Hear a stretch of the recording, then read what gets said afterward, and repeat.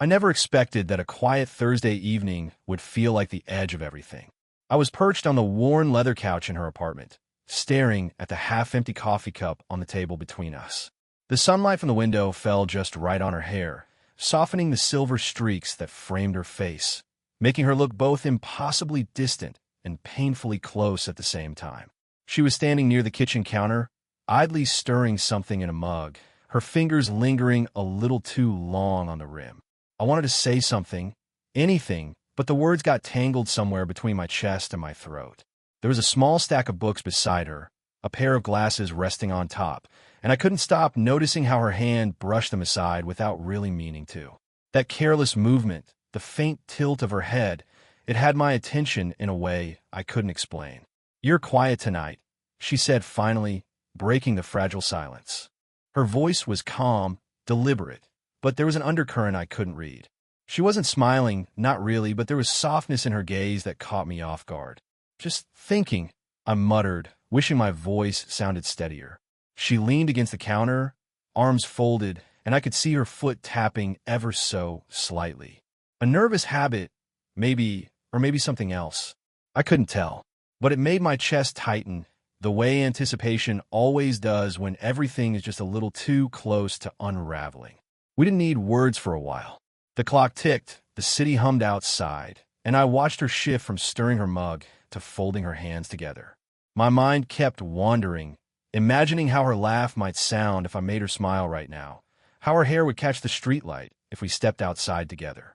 The absurdity of it, the age difference, the ridiculousness of me even thinking she might look at me like that, made me swallow hard. Then she moved closer, slower than necessary, and leaned against the counter just a step from where I sat. Her shoulder brushed mine. Not enough to be bold, not enough to be anything I could claim, but enough to make my fingers clench the edge of the couch. I could feel her warmth spilling toward me, and for the first time in a long time, it felt like the world had shrunk to just that small, charged space between us. "Do you ever wonder if we're just messing things up by trying?" she asked, almost in a whisper, almost to herself. I felt my stomach twist. Her eyes didn't leave mine, though she wasn't asking me outright. I opened my mouth, closed it, and tried again. I don't know. I just know I'm here," I said. The words sounded pathetic, inadequate, but somehow she let them sit between us without a hint of judgment. A small smile flickered on her lips, brief and secretive, and I caught a spark of something I didn't have a right name for yet. Desire, maybe, or maybe hope. Before I could even consider what that meant, her phone buzzed sharply on the counter. She glanced down, her expression flickering, just for a second, and then I saw it. Her twin's name flashing across the screen. She froze. I froze. And in that pause, I realized that whatever calm I'd felt just moments ago was gone. Something was coming. Something that might change the rhythm of this quiet evening entirely. And then, the doorbell echoed like a warning. Neither of us moved at first. Her eyes darted toward the door, then back to me, a flash of hesitation crossing her face. "I should get that," she murmured. Her voice sounded softer than usual, almost careful. When she opened the door, the hallway light poured in. And there she was, her twin. Same face, same sharp eyes, but a different kind of energy. Younger in spirit, louder somehow, and far too observant. "Wow," the twin said, looking between us with a small, teasing smirk. "Didn't realize you had company tonight." My throat went dry. I stood awkwardly, half smiling, unsure what to do with my hands. She didn't introduce me right away, and in that gap of silence, everything I'd been trying not to feel suddenly became visible, even if no one said a word. After a few uneasy pleasantries, the twin left as quickly as she came, leaving behind the faint scent of her perfume and a single sentence that hung in the air like smoke. "Maybe you chose the wrong one this time." The door shut. The room felt smaller. She didn't turn around immediately. I could see the tension in her shoulders, the way she exhaled sharply before finally facing me. "She has a way of saying things she shouldn't," she said, brushing a strand of hair from her cheek. I nodded, trying to look calm. Inside, I wasn't. She wasn't wrong. I almost said, but I bit it back. Instead, I said, "You two don't get along much?" A humorless laugh slipped out of her. "We used to. Then life happened. Marriage, divorce, the usual stories no one wants to hear." She paused, glancing at me. And you? You ever been in love? The question caught me off guard. Once, I said quietly. Didn't end well. She tilted her head. Why? She wanted someone older, I said, managing a half smile. Someone more stable. The corner of her mouth twitched, but her eyes softened. For a brief second, it felt like we were both standing in the ruins of something unfinished. Two people trying to make sense of the versions of themselves they'd left behind. The air between us changed then. It wasn't just attraction anymore. It was recognition. That quiet, dangerous kind that happens when two people realize they've both been lonely in the same shape. She stepped closer. Not enough to cross any line, but enough for the distance to vanish. I could smell the faint scent of her perfume, the warmth of her skin brushing past mine as she reached for a mug on the table. Our fingers touched, by accident maybe, but neither of us pulled away. For a heartbeat, the world felt still again. And in that stillness, something unspoken began to grow. Fragile, real, and impossible to deny. Her fingers lingered against mine for a second too long. Then she pulled back, as if the air between us had suddenly turned dangerous. I should clean up, she said, her voice clipped but trembling slightly. She turned away before I could answer. The sound of running water filled the silence, but it didn't wash away the tension. I sat there, replaying the touch, the look in her eyes, the words her twin had left behind. Maybe you chose the wrong one this time.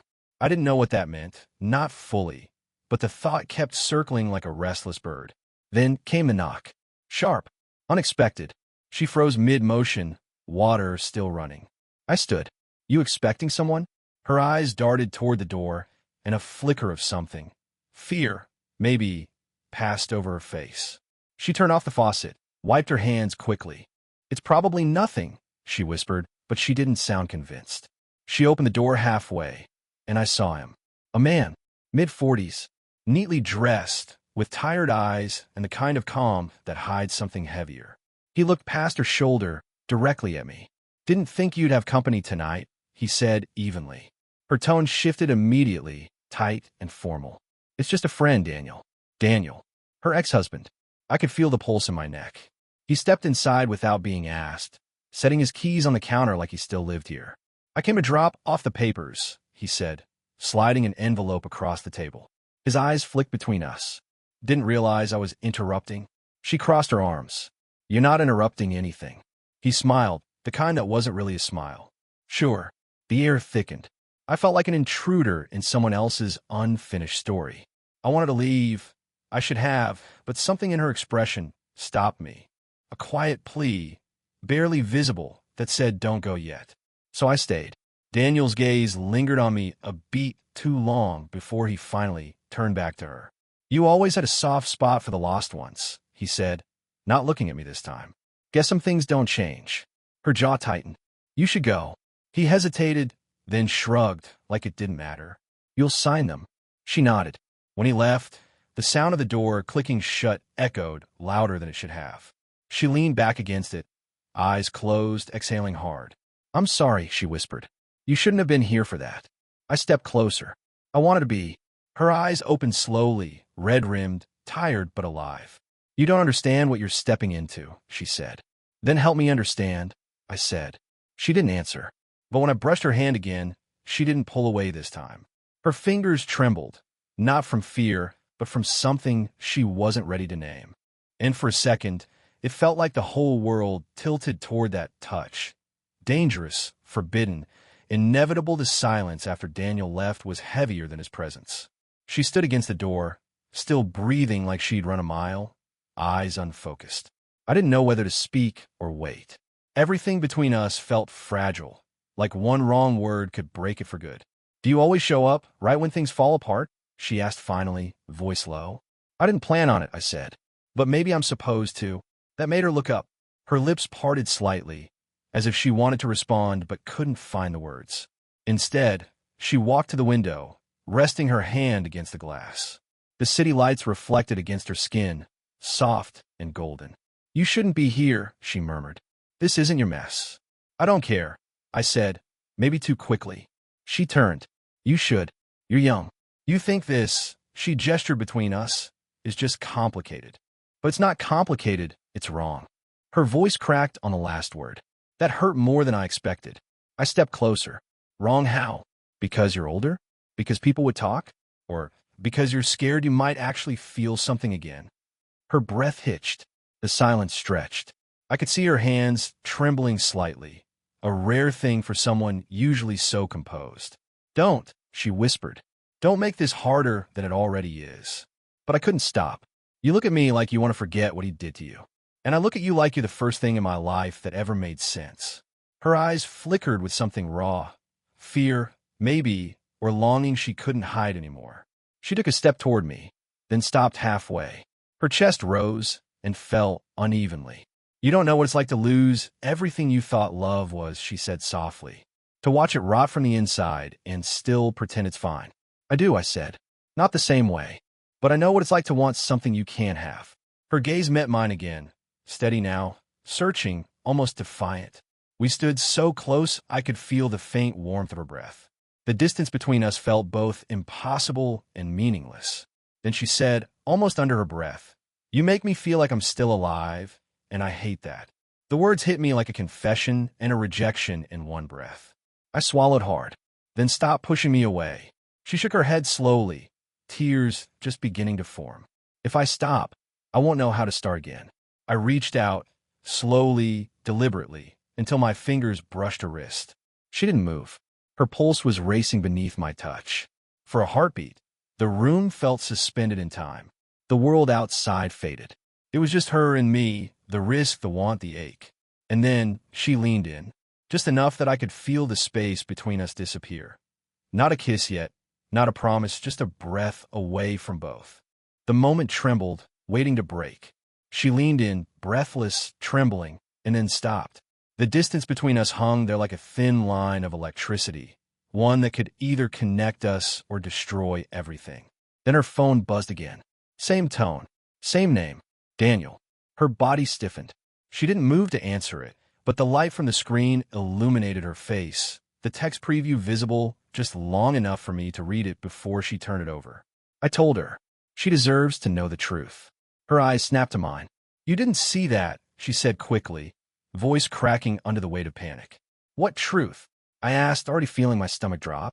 She took a step back, rubbing her temple like she could erase the moment if she just thought hard enough. It's nothing. He's just trying to get under my skin. But it wasn't nothing. I could see it in the way her shoulders curled inward, the way her voice faltered. What did he tell her? I pressed. Who's her? She hesitated too long. My daughter, she finally whispered. The air seemed to vanish from the room. I froze. You have a daughter? She's 22, she said quietly. She's studying abroad. I didn't think you needed to know. It shouldn't have mattered, but it did. Not because she had a daughter, but because she'd hidden it. Because now, all at once, the age gap between us wasn't just a number. It was real. You think I wouldn't have cared? I said, my voice lower now. You think I wouldn't have looked at you the same? Her eyes glistened. No, I think you would have started realizing how ridiculous this is. Ridiculous? I laughed bitterly. I've spent weeks thinking about you every night, and now it's ridiculous? Her face twisted in pain. Because it's not supposed to happen. You're closer to her age than mine. What does that make me? I wanted to say it made her human, lonely, brave, beautiful in the way broken things are.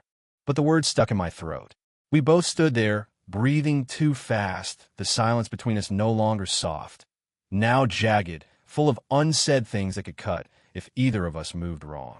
Finally, she turned away, gripping the back of the chair, as if she needed something to hold her up. Maybe Daniel was right. Maybe I always choose what ruins me. I stepped closer, voice breaking.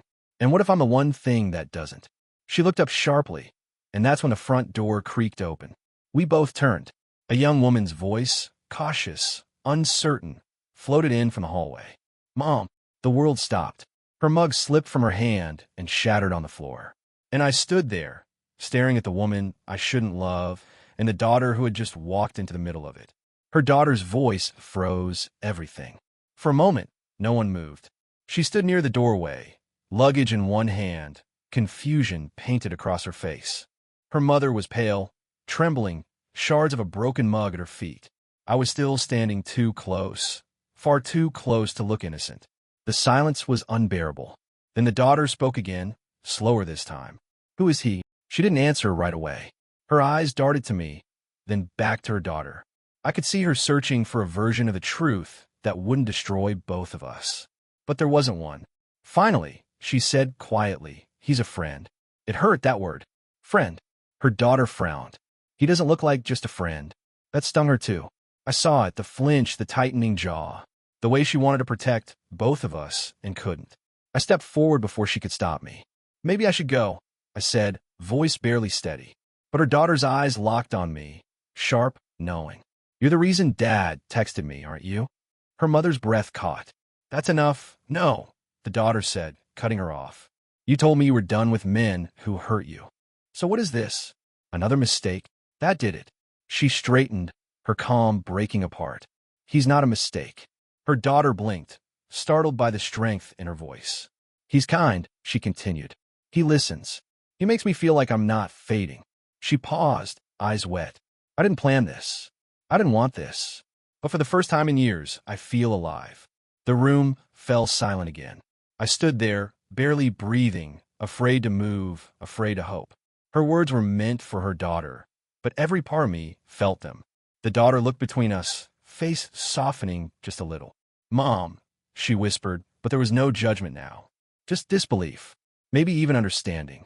I finally spoke. "You don't have to defend me. Or us." She turned toward me, and the way she looked, raw, unguarded, was something I knew I'd never forget. "I'm not defending," she said softly. "I'm choosing."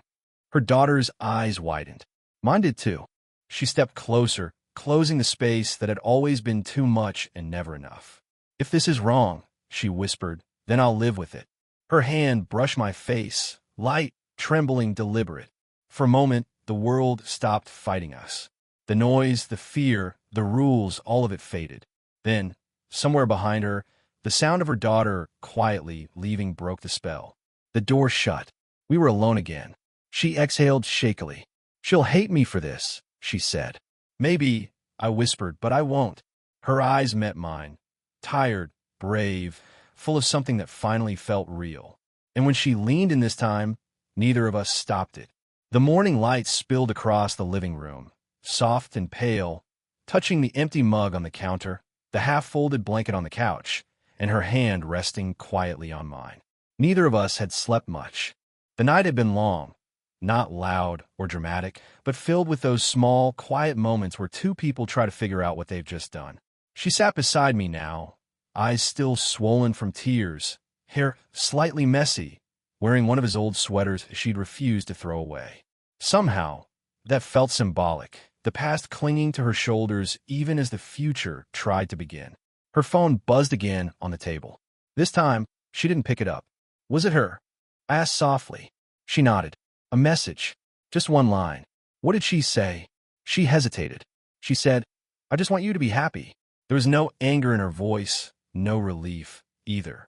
Just quiet disbelief, like happiness was something she no longer knew how to recognize. I reached for her hand again. "Maybe she understands more than you think." She smiled faintly. "Maybe. Or maybe she's just being kind because she doesn't know how to stop loving me." I didn't have an answer for that. Instead, I squeezed her hand a little tighter, grounding both of us in the silence that followed. Outside, the world was waking up, cars starting, voices echoing faintly down the street. It felt strange, almost cruel, that everything else could go on like nothing had changed. Because for us, everything had. She finally spoke again, her voice low and raw. "I don't know what happens next." "Neither do I admitted. "But we don't have to know yet." She looked at me I shook my head. "It's too late for a lot of things." She laughed softly, the kind of laugh that sounds like both surrender and beginning. Maybe that was the truth of it. Love doesn't always come when it's right. It just comes when it's real. And as I watched her finally relax beside me, head resting lightly on my shoulder, eyes half closed, I realized it didn't matter what anyone else thought. For once, the noise was gone. It was just us. And maybe, for now, that was enough. Did you enjoy the story? What kind of stories would you like to hear next? Forbidden love? Second chances? Or something even more unexpected?